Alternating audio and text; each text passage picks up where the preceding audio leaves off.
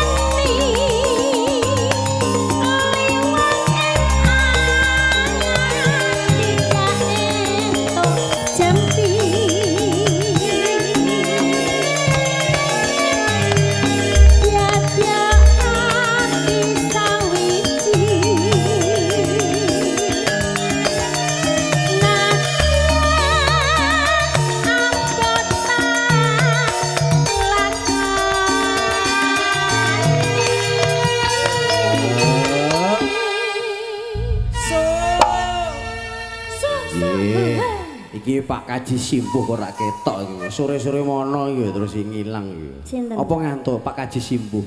Pak Kaji Simbuh. Heeh. Simbuh kok simpuk.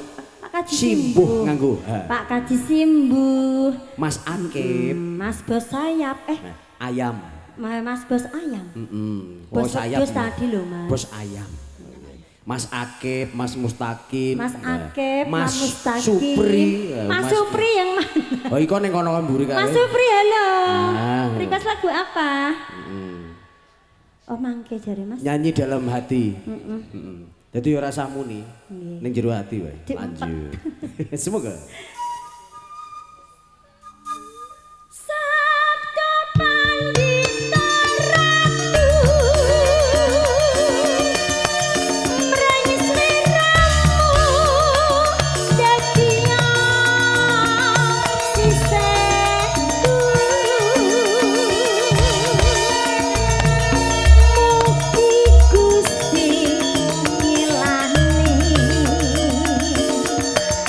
senang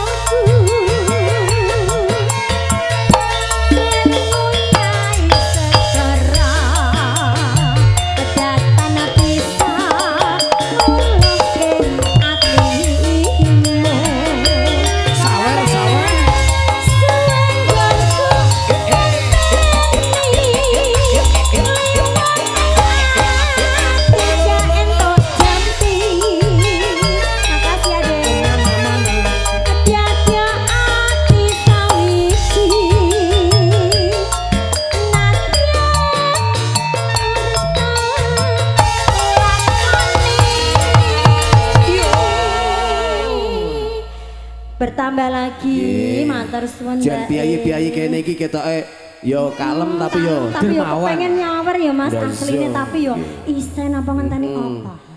Bahel ya ditunggu yang dari sebelah situ saweran. Jatah yo pengen cawer nih dompete keri ning omah hari. Alah padha wae. Nggih, semoga sabda pandita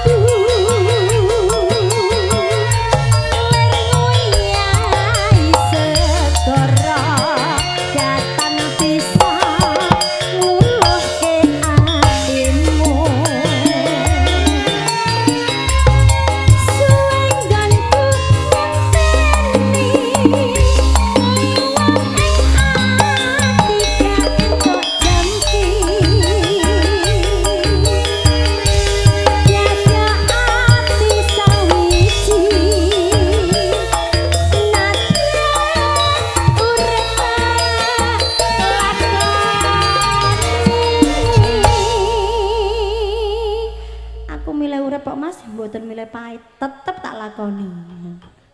Nggih. Heeh.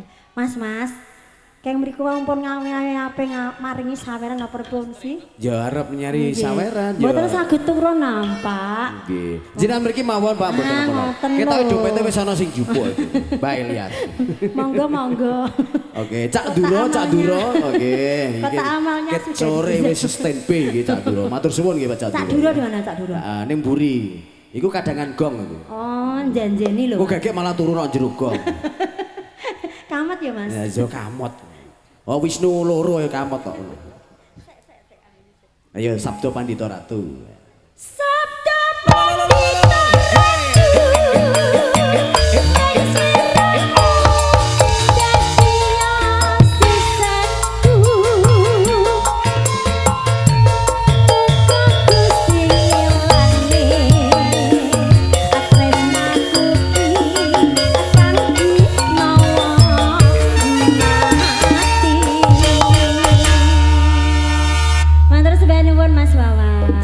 Widya matur suban sudah baik. Kali ini kita sudah malam, kali ini kita